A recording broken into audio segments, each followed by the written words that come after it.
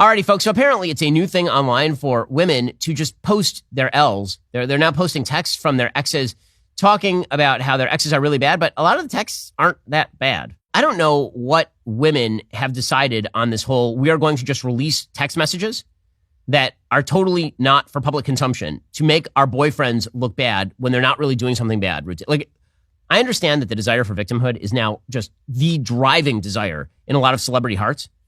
But I, for the life of me, do not understand why any of these things that they're releasing are scandalous.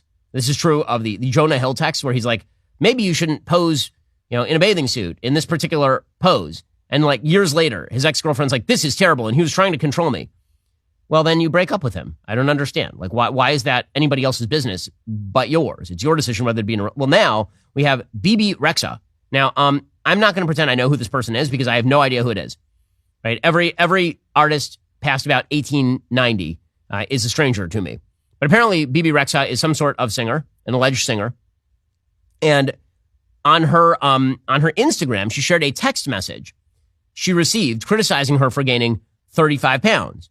It appears to be from her boyfriend, which is by the way, great way to build a relationship is to take private text messages between you and your potential spouse, your boyfriend, and put those online. It's a great way to build trust.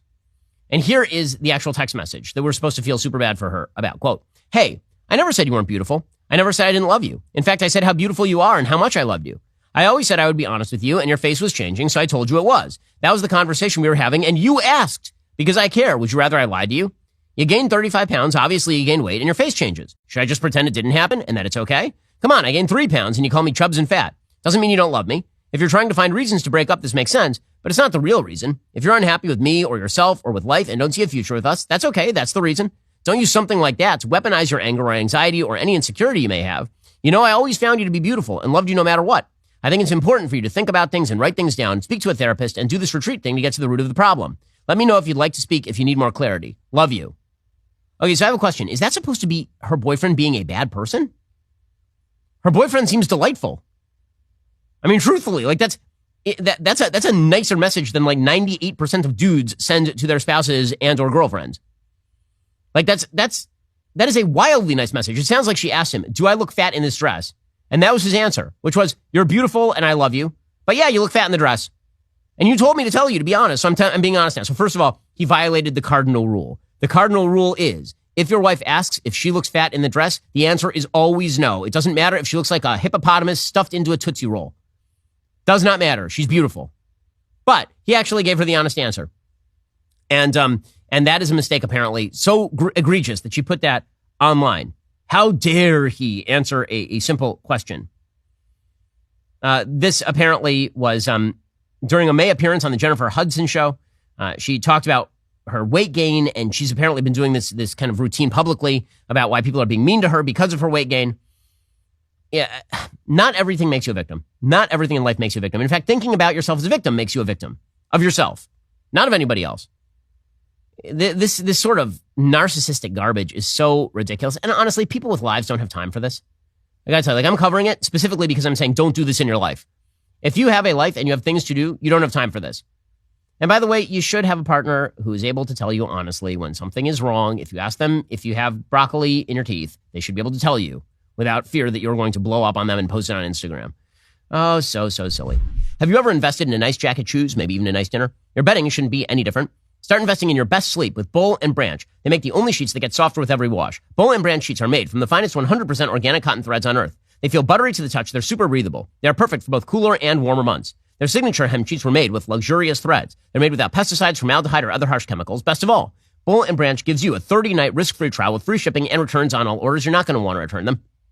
Sleep better at night with Boll and Branch sheets. They are so good. I'm just telling you, not only the sheets, by the way, I've told you about this before. They have a fantastic blanket, like an Afghan blanket. It is phenomenal. It's so good that when I travel, I actually pack it in my suitcase because it helps me sleep. For a limited time only, you can get early access to their annual summer event. Use code Shapiro to get 20% off today at bollandbranch.com. That's BOLLAND branch.com. Promo code Shapiro. Exclusions apply. See site for details. Go check them out right now. Again, bollandbranch.com. Promo code Shapiro. Get 20% off today.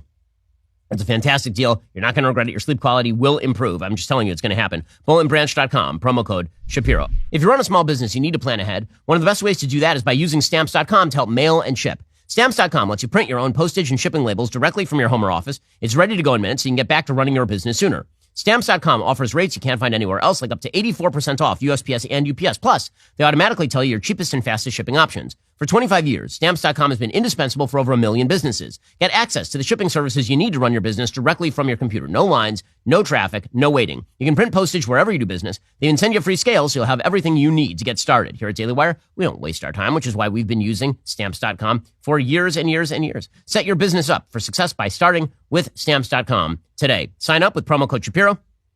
You get a special offer that includes a 4-week trial plus free postage and free digital scale. No long-term commitments, no contracts. Just go to Stamps.com, click the microphone at the top of the page, enter code Shapiro. Again, Stamps.com, the microphone at the top of the page. You click on that, you enter code Shapiro, and you're going to get an amazing deal. 4-week trial, free postage, free digital scale, no long-term commitments or contracts. First of all, Barack Obama is one of the most irritating people in American public life. I blame Barack Obama personally for many of the problems that American politics have entered into. As I've said before, I think that his presidency basically polarized the country beyond all recognition because he came in with this broad wave of public approval, and then he proposed a bunch of left-wing policies that were very alienating. And instead of just playing politics, he decided that he was going to actually racially polarize America in his own political interest. I'm not sure the country has recovered from it or will recover anytime in the near future. Well, now Barack Obama is sounding off on librarians, and he is talking about the quote-unquote book bans in places like Florida. Now, to be clear, the book bans in places like Florida, those are not book bans. You can still get any of these books in Florida. What they really are is saying that school libraries for sixth graders shouldn't have books like genderqueer in them. You know, books with graphic depictions of gay sex, for example. So Barack Obama, because he is a liar, put out on his Twitter feed the following statement, quote, "Today, some of the books that shaped my life and the lives of so many others are being challenged by people who disagree with certain ideas or perspectives. And librarians are on the front lines, fighting every day to make the widest possible range of viewpoints, opinions, and ideas available to everyone." I really don't think that genderqueer shaped his life. And if it did, then we should know some more things about the former president of the United States. Fairly certain that these are not the books that shaped Barack Obama's young life. But, you know, again, this is the stupid game that we play, is we pretend that there's an attempt to shut down free speech when we say that a sixth grader shouldn't be reading genderqueer. So again, points to Barack Obama for absolute falsehood. Okay, other absolute falsehoods. I have to say, it is amazing to watch as the left twists itself in knots over their intersectional coalition. So again, Barack Obama was one of the founders of the left-wing intersectional coalition. This idea that minority people plus college-educated white ladies were going to provide a durable coalition for the left, not just in the United States, but elsewhere. And what this has meant is some really weird internal conflicts, because it turns out a lot of minorities don't agree with each other. It turns out, for example, that Muslims, not super fond of the LGBTQ. And now the left is noticing that, but their answer to this, because it's obviously, that's a gap that's unbridgeable. I mean, the Quran is not super hot, as I say, on LGBTQIA plus minus divided by sign politics. And so the left, because they want them to be part of the same coalition, now they're saying that basically evil right-wingers are perverting Muslims to be socially conservative. What? So we saw, actually, Jen Psaki tried this routine the other day on MSNBC. Now Justin Trudeau, handsome Bernie Sanders, and certainly not Fidel Castro's son. 100% not Fidel Castro. He's Fidel Castro's son. In any case, Justin Trudeau, he tried the same routine. The reason Muslims are apparently opposed to LGBTQ plus minus divided by sign, happy face, sad face emoji, crying emoji, laughing, crying emoji, clappy hands emoji. The reason that the Muslims aren't super fond of that, it's because of perverse Christian right-wingers who have somehow brainwashed the Muslims, which, no. First of all, there is an awful lot of misinformation and disinformation out there. People on social media, particularly fueled by the American right wing, are spreading a lot of untruths about what's actually in the provincial curriculum. If you look at the various curriculums, you'll see that there is not what is being said out there about aggressive teaching or conversion of kids to being LGBT. That is something that is being weaponized by people who are not doing it because of their interest in supporting the Muslim community. These are people on the far right who have consistently stood against Muslim rights in the Muslim community. Oh, you see, it's the far right with their misinformation and disinformation who are trying to pervert the Muslims. First of all, the Orwellian use of the words misinformation and disinformation to just mean stuff I don't like is really gross. And when governmental leaders use it as the predicate to censorship, it's particularly gross. But, you know, this is the way that they work. Alrighty, coming up, we'll be joined by Chris Rufo. He's joining the show to discuss his new book, America's Cultural Revolution, How the Radical Left Conquered Everything. If you're not a member, become a member. Use code Shapiro at checkout for 2 months free on all annual plans. Click that link in the description and join us.